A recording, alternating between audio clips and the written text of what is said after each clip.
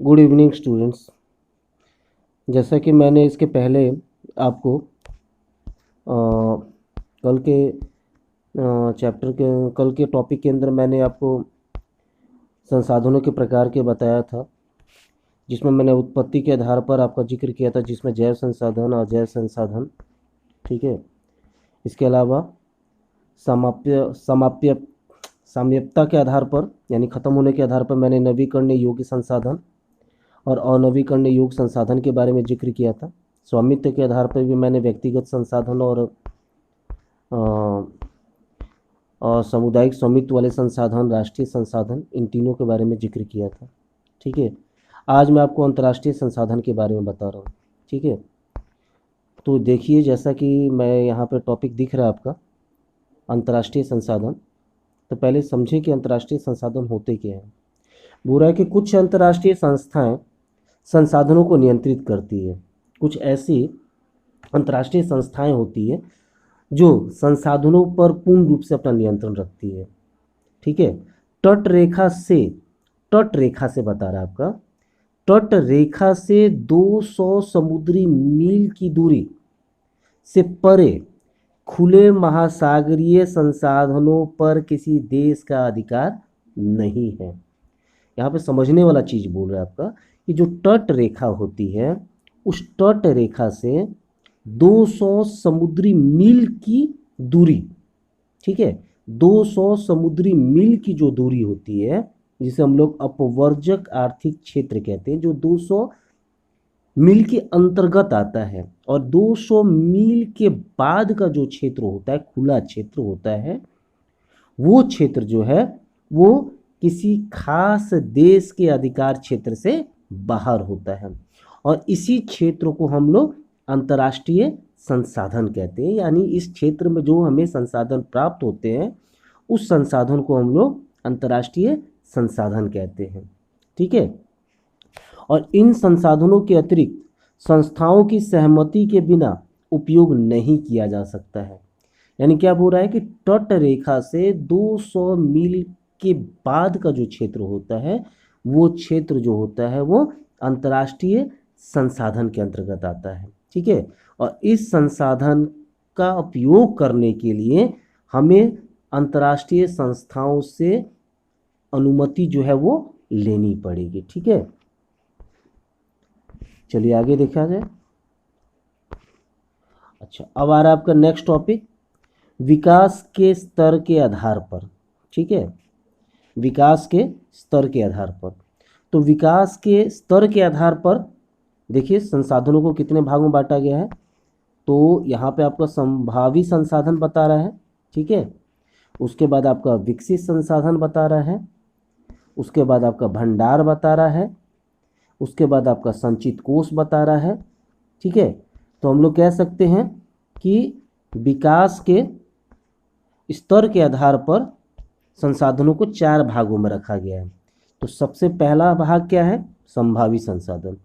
ये वे संसाधन हैं जो किसी प्रदेश में विद्यमान होते हैं, यानी कि ऐसे संसाधन होते हैं जो किसी प्रदेश में रहते हैं परंतु इसका उपयोग नहीं किया गया है।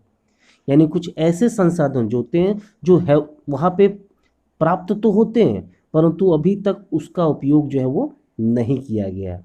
उदाहरण दे रहा है आपका, जैसे भारत के पश्चिमी भाग जो है, जो आपका राजस्थान साइड में पड़ता है, विशेषकर राजस्थान और गुजरात में पवन और सौर ऊर्जा संसाधनों की अपार संभावना है परंतु इनका सही ढंग से विकास नहीं हुआ है, ठीक है।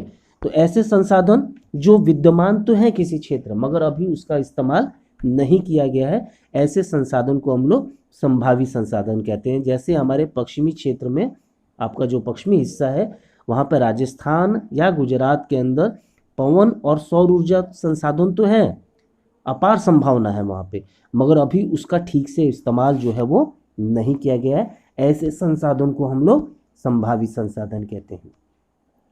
चलिए आगे देखा जाए। विकसित संसाधन, वे संसाधन जिनका सर्वेक्षण किया जा चुका है, जिनके बारे में जानकारी प्राप्त की जा चुकी है और उनके उपयोग की गुणवत्ता और मात्रा निर्धारित की जा चुकी है, ठीक है। ऐसे संसाधन जिनका सर्वेक्षण हो चुका है उनके उपयोग, कैसे उनका उपयोग करना है, या उपयोग की गुणवत्ता या उसकी गुणवत्ता और उसकी मात्रा, यानी उपयोग की गुणवत्ता और उसकी मात्रा जो है कि वो कितनी क्वांटिटी में है, इसके बारे में जानकारी प्राप्त की जा चुकी है, विकसित संसाधन कहलाते हैं। ठीक है, तो ऐसे संसाधन जिनका सर्वेक्षण किया जा चुका है, जिनकी उपयोग की गुणवत्ता और उनकी मात्रा जो है वो निर्धारित की जा चुकी है, तो ऐसे संसाधन को हम लोग विकसित संसाधन कहते हैं। संसाधनों का विकास प्रौद्योगिकी और उनकी संभाव्यता के स्तर पर निर्भर करता है। तो अब संसाधनों का विकास कैसे होगा, तो संसाधनों का विकास दो चीज़ पर डिपेंड करता है, एक प्रौद्योगिकी और दूसरा संभाव्यता। संभावता यानी वहाँ पर कितने ज़्यादा जो है संसाधन हमें मिल सकते हैं। ठीक है, तो चलिए हो गया विकसित संसाधन। अब आता है आपका भंडार। बोल रहा है कि पर्यावरण में उपलब्ध वे पदार्थ जो मानव की आवश्यकताओं की पूर्ति कर सकते हैं परंतु उपयुक्त प्रौद्योगिकी के अभाव में उसकी पहुंच से बाहर है, भंडार में शामिल होते हैं। तो भंडार क्या बोल रहा है आपका कि पर्यावरण में उपलब्ध, यानी हमारे जो आसपास में हमारे जो पर्यावरण है, इस पर्यावरण में जो पदार्थ उपलब्ध हैं जो मानव की आवश्यकताओं को पूर्ति कर सकते हैं।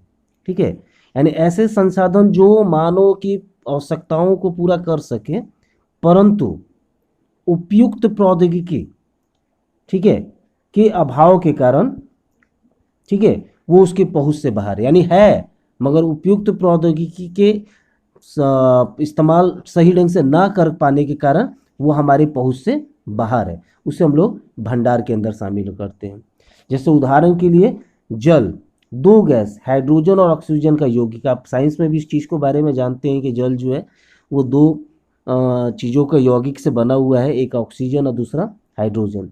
हाइड्रोजन ऊर्जा का मुख्य स्रोत बन सकता है, ठीक है, परंतु इस उद्देश्य से इसका प्रयोग करने के लिए हमारे पास उन्नत तकनीकी ज्ञान नहीं, यानी ऐसे संसाधन, ठीक है, जो हमारी आवश्यकता को पूर्ति तो कर सकते हैं परंतु उचित प्रौद्योगिकी के ना होने के कारण हम लोग इसका इस्तेमाल नहीं कर सकते। जैसे आपको उदाहरण में आप लोग क्लियर हो रहा है कि जल जो इसमें दो चीज़ होते हैं, ऑक्सीजन और हाइड्रोजन, और हम लोग हाइड्रोजन का इस्तेमाल जो है वो ऊर्जा के रूप में कर सकते हैं, ऊर्जा को उत्पन्न करने के लिए कर सकते हैं, परंतु हमारे पास प्रौद्योगिकी ना होने के कारण, सही प्रौद्योगिकी ना होने के कारण या उन्नत प्रौद्योगिकी ना होने के कारण हम लोग इससे चीज़ का इस्तेमाल नहीं कर पाते हैं। चलिए अब आ रहा है आपका संचित कोष। बुरा है कि ये संसाधन भंडार का ही हिस्सा है। संचित कोष मतलब किसी चीज़ को बचा के रखना, तो ये भंडार से ही मतलब पार्ट्स के अंदर जुड़ा है या मान लीजिए कि उसका हिस्सा माना जाता है, जिन्हें उपलब्ध तकनीकी ज्ञान की सहायता से प्रयोग में लाया जा सकता है परंतु इसका उपयोग अभी आरंभ नहीं हुआ है। यानी संचित कोष जो है वो भंडार का ही हिस्सा है, ठीक है, और अगर हमारे पास जो उपलब्ध तकनीक है, इन उपलब्ध तकनीकों के तकनीकी ज्ञान से हम लोग इसको और भी ज़्यादा विकसित कर सकते हैं परंतु इसका उपयोग अभी शुरू नहीं हुआ है। इसका उपयोग भविष्य में आवश्यकता पूर्ति के लिए किया जा सकता है। यानी अभी वर्तमान में हमारे पास जो तकनीकी ज्ञान है या हमारे पास जो तकनीक है, ठीक है, इस तकनीक के द्वारा हम लोग इसका इस्तेमाल कर सकते हैं परंतु वर्तमान में अभी इसका इस्तेमाल नहीं किया गया है, मगर भविष्य में अगर हमें ज़रूरत पड़े तो हम लोग इस तकनीकी ज्ञान के माध्यम से या इस तकनीकी ज्ञान के उपयोग से हम लोग इस संसाधन का, जो संसाधन वहाँ पे है, उस संसाधन का इस्तेमाल हम लोग कर सकते हैं और अपने आवश्यकताओं को पूरा कर सकते हैं।